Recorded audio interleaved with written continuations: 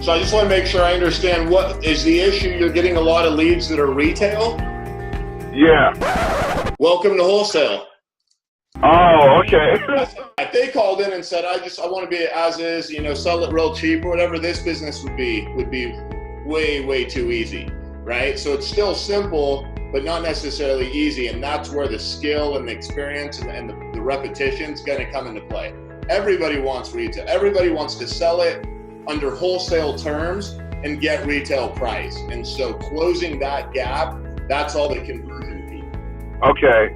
And yeah, that's what I was just having an issue with trying to, really get that gap closed, Right. Now, if they're already listed with the realtor, you're going to go more right to, well, are you flexible, right? Because if they're not flexible on price and it's already been listed a while, obviously you'd be way less than that.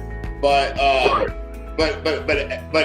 so that's if it's already listed. But there's going to be a lot of people that are not listed yet, but that are saying they want retail. And that's where you've got to be able to explain to them the difference between wholesale and resale. And then from there, as you're teaching them, do they listen to you? Do they care? Because if they don't, they're probably just not ready to hear it yet. But then it's still critical that you leave an impression on them and you tell them what they're going to see in the retail world, so that when they decide, okay, yeah, let's call a realtor, let's do these things, and then they hear the stuff that you already told them, is going to be an issue. Now you're looking really credible. And because a lot of people just don't want to hear it at first. Right? Like, if I want to sell my house, right, Josh, what do you want for my house? Zillow says my house is worth $800,000. I want $800,000, right?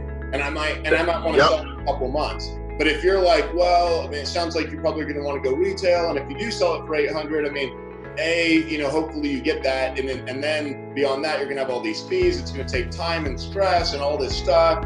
And then if I start, say 2 months from now, I start interviewing realtors and they're telling me all the stuff I don't want to hear, right? That's giving you back to credibility. I'm going to be like, oh, maybe that guy, did have a point. And so there's a couple takeaways here. One takeaway is that timing and circumstance is everything.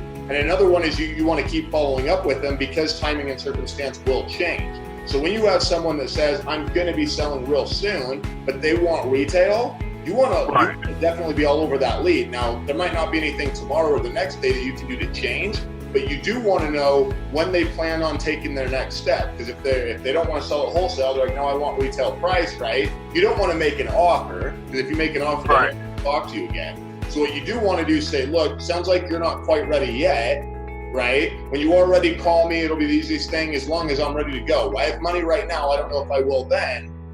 Okay, so now what's going to happen is, and they're going to be like, well, yeah, and you want to feel them out, and you're knowing like, no, they want that retail number, etc. So you're going to find out, well, it sounds like, why haven't you listed with the realtor? And if they say, well, that was our plan, we're going to call realtors, in a couple of months and list the property, right? Now you already know that's what they were thinking about doing. So now you're like, okay, cool. Well, take in mind, if you sell it to the realtor, you might sell it for one price, you're going to walk away with a lot lower price. Whereas if you and me agree on a price, that's the price you're getting. Okay, now how do they react to that?